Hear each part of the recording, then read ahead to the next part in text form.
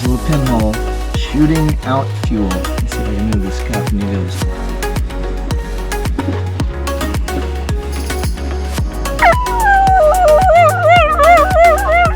Let's do another one. Here's to another one. We're still here. Hey everybody, we're back.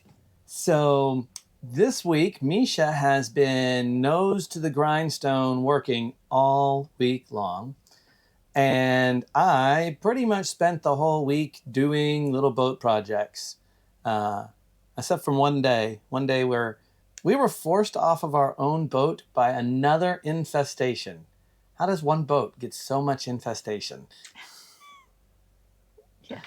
Right? Not what we wanted to hear, not what we wanted to find or deal with, but here we are, and it's part of boat life, and we have dealt so with it. Here we go again. So to start with, we were with 2 batteries now. We've been doing pretty good on power, but we still, and we can run the microwave off our batteries, but we, especially late in the evenings, want to try and save the power. So we'll turn the generator on for like 15 minutes to run the microwave or something like that. We did that the other day, and Mesha even said, "Is that exhaust leaking in the boat?" And it wasn't. It was diesel fuel leaking in the boat. We ran the generator and it started leaking diesel. All right, Mesha's working and I am working. We were running the generator for about 15 minutes last night to run the microwave. We noticed a fairly strong diesel smell. So that's what I'm tackling this morning. We shut it down and apparently our generator has decided to start leaking diesel. You can see there's our little engine bilge down there, and it's, I don't know if it shows up, but there's a nice red color, which is clearly diesel fuel. So this is a new development. Of course, what keeps working on this boat? Who knows? Got a cup here.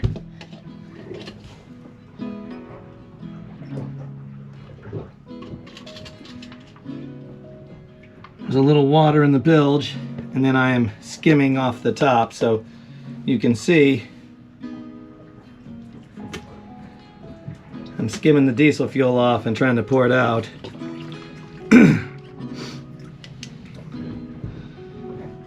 So this is going to be my afternoon.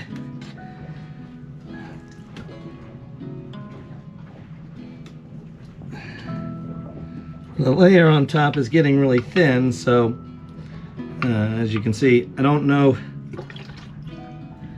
how much diesel's actually spilt over the course of running it. I'm going to try and get as much of it out this way as possible, get the water out, and then dry it all off. And this bucket will tell me, I'm putting it all in this bucket. This bucket will tell me actually how much diesel has been lost. But then I have to hunt down a leak in our generator. Yay! So excited about that.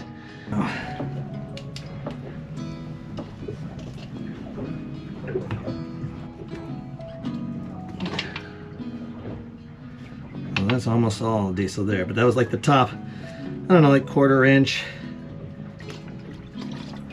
That's how I need to be getting it, just barely. So far I've got about 1.5 inches maybe in this bucket. There we go. The layer on top's getting thinner and thinner. It's getting harder and harder to get just fuel.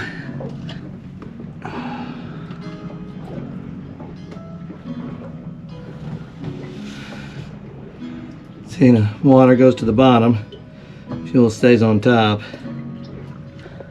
So we'll see. This is going to take forever. I want to try and get all the fuel out of it. I don't want to run the bilge pump and get the water out of it. So yeah, we'll see.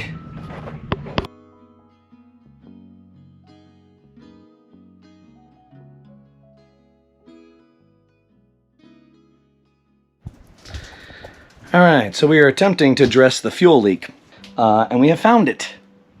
It is a continuous leak, not just when the generator is running, which is unfortunate, but you can see on the attached fuel filter, this is our coolant hose, goes to right here, and it rubbed a little hole somehow in this filter cup or something. I don't know, maybe water strainer. Right there, there's a little pinhole shooting out fuel. Let me see if I can move this cuff and you'll be able to see. There we go. Yay! So, that's what I have to figure out how to fix. Should be a fuel shutoff valve for the generator. I need to find that, shut it off. Then I can take this apart, get a new one, or, I mean, that's what we're gonna have to do, obviously, and then proceed. I don't know where I'm gonna get a new one. We'll find out. All right, guys, the fuel leak has been repaired. You can see right here our raw water line. It actually lost a nut, the pump, and so it shifted. And when it shifted, that line was rubbing right here. And that rubber, raw water line, rubbed a hole in our fuel filter. Now this is a factory fuel filter for a Collier generator. We have a Collier 9000. And this is where we talk about having spares. I actually had this Fram, and I'm showing you all this model number mainly because I want to remember it. This Fram fuel filter, still on board. That was left by the previous owner. Thank you so much. He left us a lot of these things that I kept. I'm not saying carry every spare possible, but all the perishables, belts and filters and stuff like that, you gotta have them. So that fit perfectly, and we're back in business. Another thing that the previous owner left us on board was this.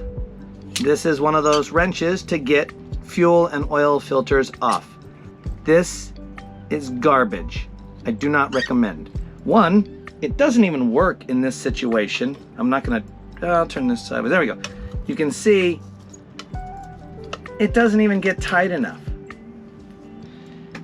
And two, I mean, it's very limiting as to what you can do with it. Basically, oil filter is it. What I had on board, and what I recommend you get, is one of the rubber strap ones, right? You can keep that one on board too, but these rubber strap ones go to any size, right? They'll do big stuff.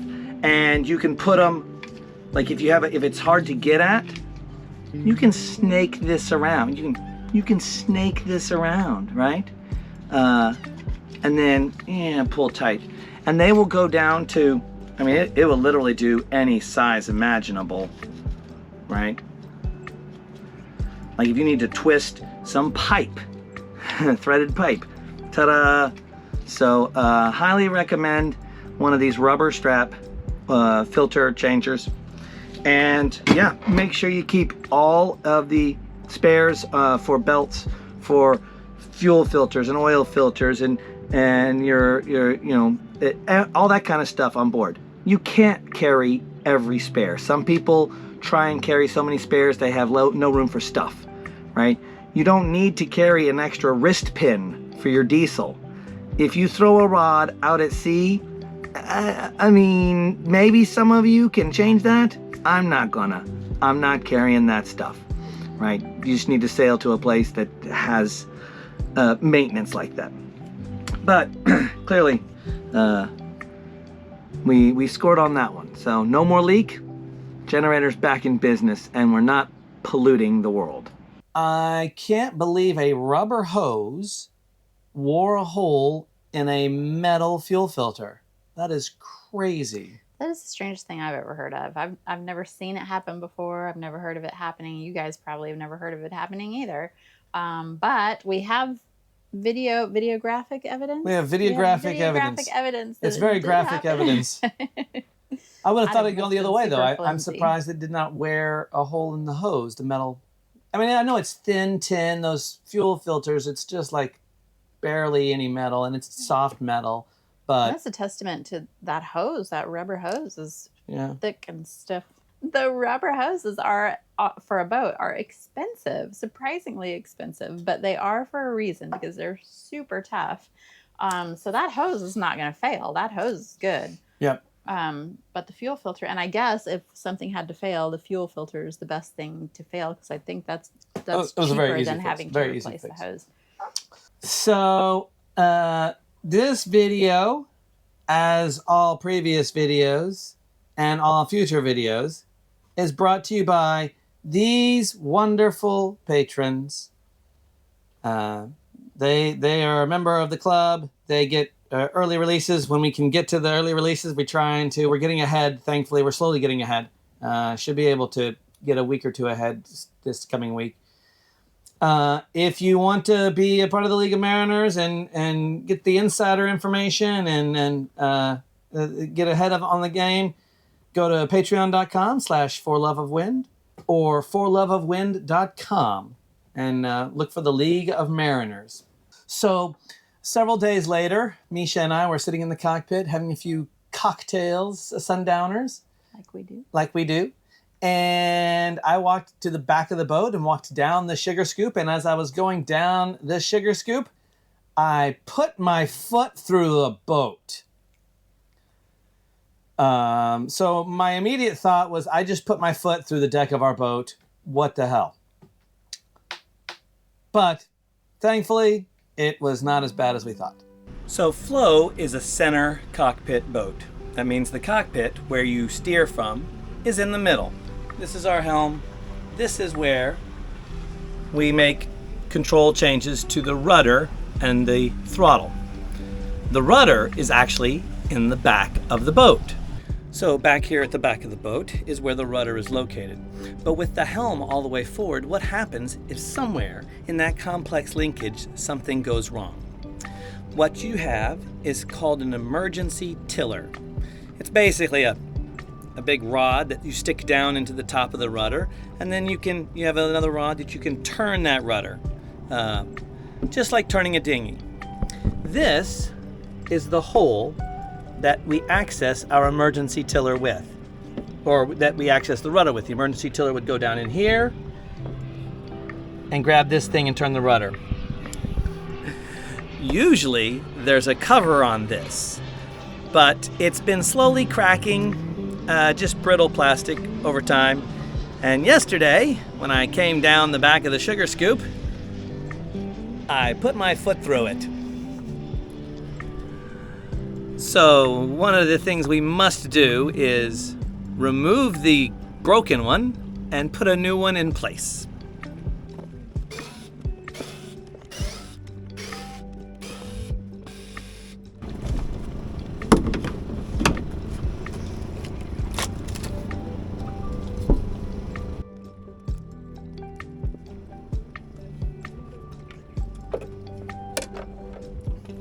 You can see here's the cracked cover. It was getting cracks in it and getting brittle, but apparently the lip edge, you can see normally there's this lip all the way around. Little piece of it here. Sits on there like that, and that's what keeps it from going down through. And it just broke off. The whole thing's very brittle plastic. I probably didn't need to pull this ring. I'm gonna go to West Marine and see if I can find one of these. And if I can find just the lid and not the ring, maybe we put this back on with some silicone or something like that, but I assume that they sell them as a unit. So we'll find out. Okay, so we've got the new pry-out deck plate from West Marine. Obviously, we've had to deal with the hazards of the hole.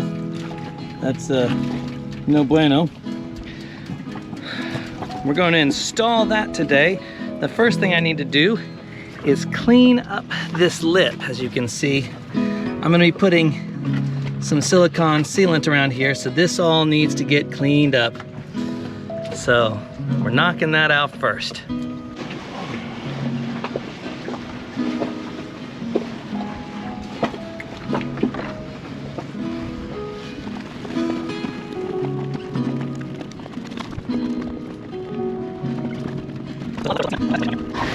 Okay, we got a little plastic putty knife.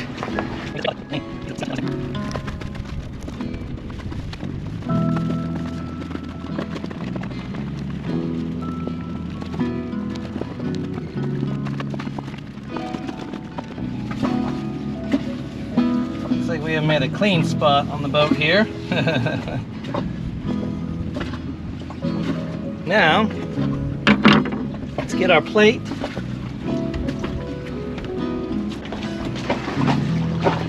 Okay, we got our plate. Let's open this thing up. Feels nice and solid. Good gasket. I'm gonna put the pry up portion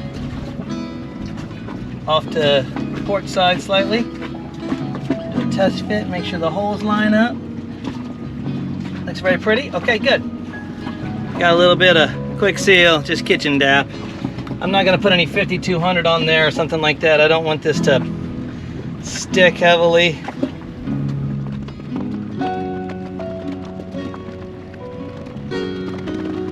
I think that looks pretty good.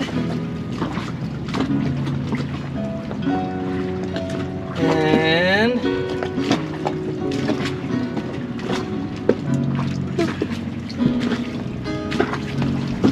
go, squishes it all down. It even filled up all my screw holes. Perfect.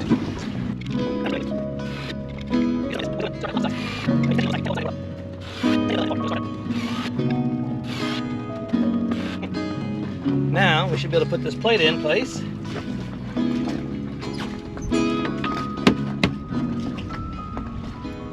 I made a clean spot. So now I got to clean all of this. Oh well. Such is life. The boat work never ends. You know, when there's alcohol involved, there's a little extra weight, maybe. There's extra gravity. There's a little extra gravity. So, so yeah, that happened, and that had to be replaced. But again, not the end of the world. Not it the was end just of the another world. one of those little things that we had to take care of. And then somehow we ended up with sugar ants all over the boat. All right, well, unfortunately, we have another infestation on the boat. Yay! I don't know how we got sugar ants on the boat. We haven't been in a slip in forever. I mean, maybe we got them when we were on the hard and it's just taken this long to become a pest. Who knows? But we're going to fog the whole boat today. The fogging stuff we got says it's a dry fog and it doesn't leave residue and stuff like that, but we have dogs that lick everything.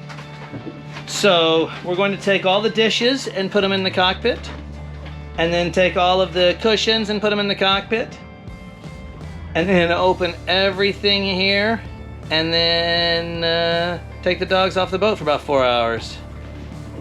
Mesha is currently in the process of taking all of the dishes out.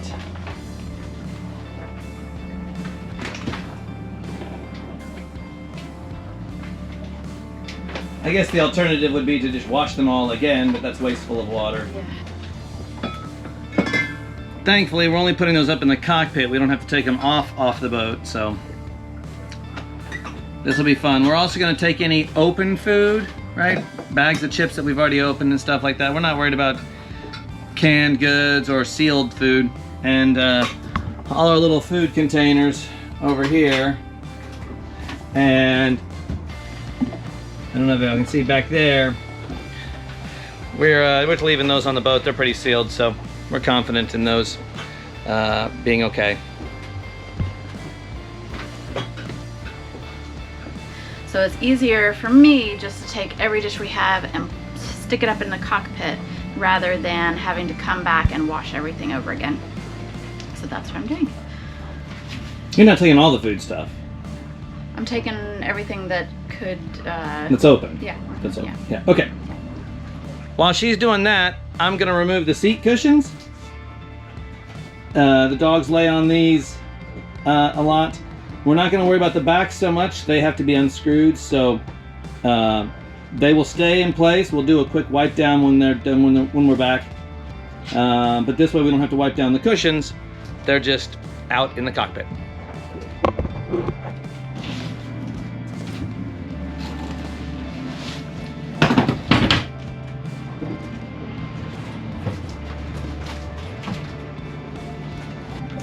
We are removing all the seat cushions so that we can open all the panels underneath them.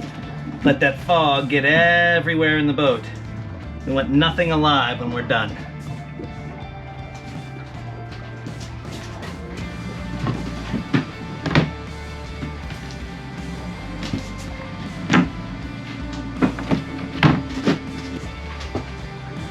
All right, well, we've got the back area prepped. As you can see, complete train wreck. Every panel is open, under the beds, mattresses propped up. Okay, I dropped Mesha and the dogs off on shore. We're all prepped and ready to rock. I didn't take out all the compartments because some of them, you know, it's just a shelf for that, but everything else has been opened, drawers. The fridge and freeze breakers are off. They're not on. In fact, I'm going to actually turn everything off but the battery. I'm going to leave the solar charge controller on, the solar panels on, and I'm going to leave the bilge pump on, obviously. Not that I think we couldn't go without a bilge pump for 4 hours, days, however long, but I'm not gonna do anything ridiculous.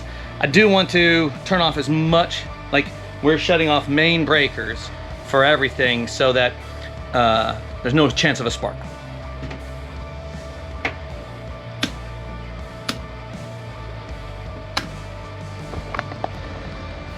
Oh, it's warm out. Okay, boat is sealed up as tight as we can make it. All the hatches are closed. You can see all of Mesha's galley stuff is out here in the cushions. So the foggers are going off. We can't get in the boat anymore. Now we have to wait 4 hours and then we'll come back. Well, we've got to burn 4 hours while the boat is being bombed. So this is the perfect opportunity for us to get out and take the dogs for a nice long walk and get some laundry done. And thankfully the weather is beautiful. So it's a great day to be outside anyway.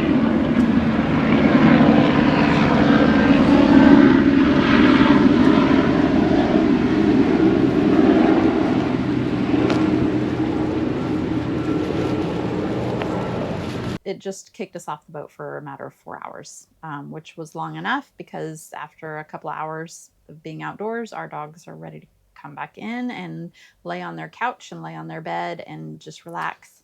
Oh yes, in fact, most of our dogs were so distraught that they did not have a blanket or pillow to lay on that they wanted to sleep in our laps. Yeah, heaven forbid that they have to lay in the grass. They're old and they're comfort hounds. They prefer cushions and blankets and pillows, and we do coddle them and spoil them. They are a little bit spoiled. While we were out there, we went and did laundry, and at one point I was holding the dogs so that Mesha could go take the stuff out of the washers and put it in the dryers, and Franklin, our little Italian greyhound, he has separation anxiety from Mesha, not me. He doesn't care about me, but he got separated from Mesha, and it's really easy. If you kind of sing at him like, "Arr, arr," he will start singing too. Frankie gets so distraught when Mesha's gone.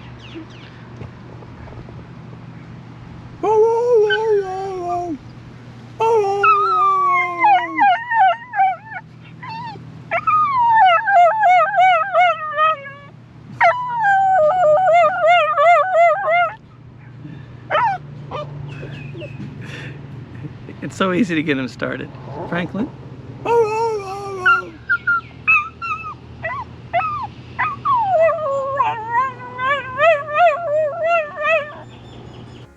That's it for this one. So if you've made it this far, thank you so much. Be sure to hit that like button, subscribe, ring the notification bell. It doesn't cost you anything, and it means the world to us. It really lets the algorithm know that that our videos are worth watching. Next week, we know what the video is. You don't. So tune in to find out. Do you tune in? I don't think you tune in. Click, log on to find out. Click the thumbnail next week to find out. We will see you guys next week. Bye. Bye, guys. That's what she said. I was waiting for it. I kind of lost my train of thought there because I was totally expecting you to say that. Yeah, you were thinking about a thick and stiff hose.